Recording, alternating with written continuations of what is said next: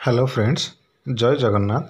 ओडिशा सरकार तरफ आउ एक जॉब्र नोटिफिकेशन आसी जहाँकि जिला स्तरीय एनजीओ रे नियुक्ति पाई, जहाँकि आम ओडिशा पिला मानक पई एक बहुत बड़ सुजोग एटा गोटे अच्छी जहाँकि 10 क्लास पिला भी एथिरे अप्लाई करि परिबे।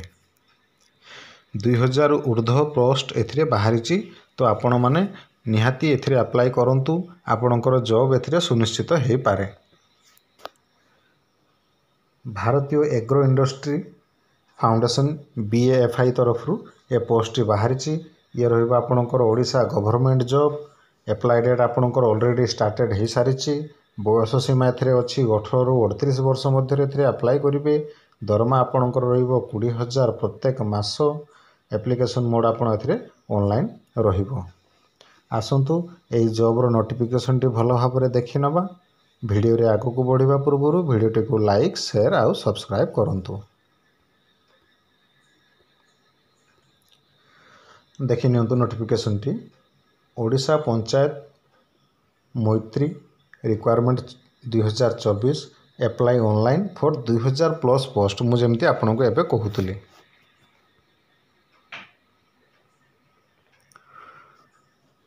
ऑर्गेनाइजेशन नेम टी देइची भारतीय agro industry foundation BAIF। Job type आपणकर रहिबो परमानेंट। कैटेगरी रहिबो आपणकर ये NGO जॉब।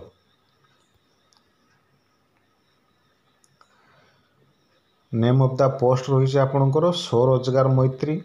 एप्लिकेशन मोड आपणकर ऑनलाइन रहिबो। एथिरे ऑल ओडिशा कैंडिडेट्स अप्लाई करि परिबे।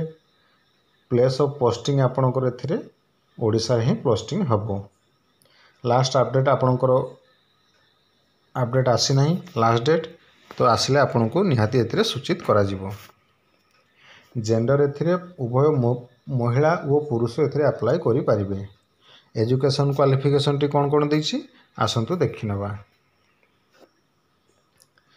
एज फॉर स्वरोजगार मंत्री requirement 2024 official notification candidates must have complete 10th pass from a reorganised board तरफ सी 10 क्लास पास होइथिबा दरकार।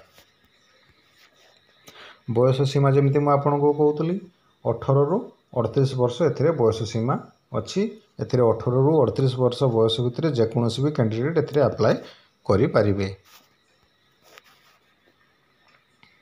सैलरी आपणकर मु आपनको कहूतली 20,000 एथिरे प्रत्येक मास आपण सैलरी एथिरे पाइबे।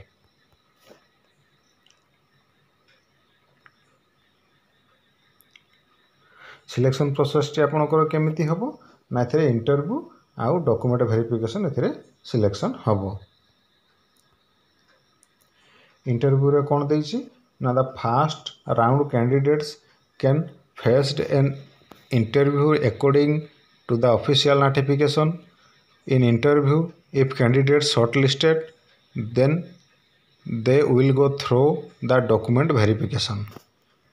एथिरे आपण इंटरव्यू रे प्रथमे पास हो गला परे तापर आपणकर डॉक्यूमेंट वेरिफिकेशन टी हबो। डॉक्यूमेंट वेरिफिकेशन कोन देइछि ना after interview candidates ready to DV जहाँकि document verification. Here the authority can check your all document which the necessary for the स्वरोजगार मंत्री post and which documents you carry to go for interview which all details minimized in official notification. application free एथिरे general पाई भी free अच्छी। EWS पाई भी free अच्छी। आपनकर OBC पाई भी free अच्छी। फीमेल कैंडिडेट्स पाई भी फ्री अच्छी।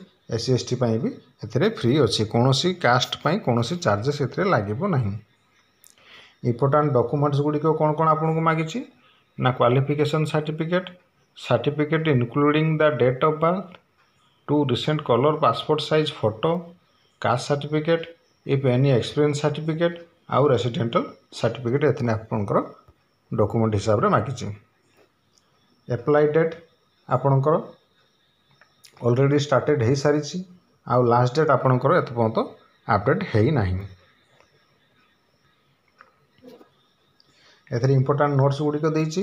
Important note for all the interested candidate who can apply for this job Please carefully fill the application form and the check it properly before submit it. Before last date, you must have submit and give correct information, otherwise your application form that will be rejected.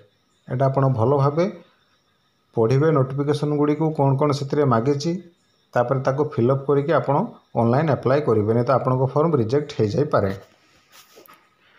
How to apply in Odisha monthly requirement 2024 सब details गुडी को देइची आको भलो भाबे आपण माने देखि नेबे जहाँ कि आपण को ओडिशा govt.in वेबसाइट रे आपण पंचायत लेवल जॉब रे पाई परिबे।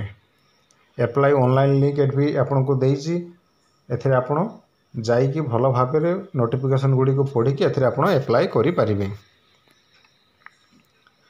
भिडियोटे आज पई एतिकी। भिडियोटी जदि आपण को भल लागिथिबो भिडियो को लाइक शेयर आउ सब्सक्राइब करंतु। धन्यवाद। जय जगन्नाथ।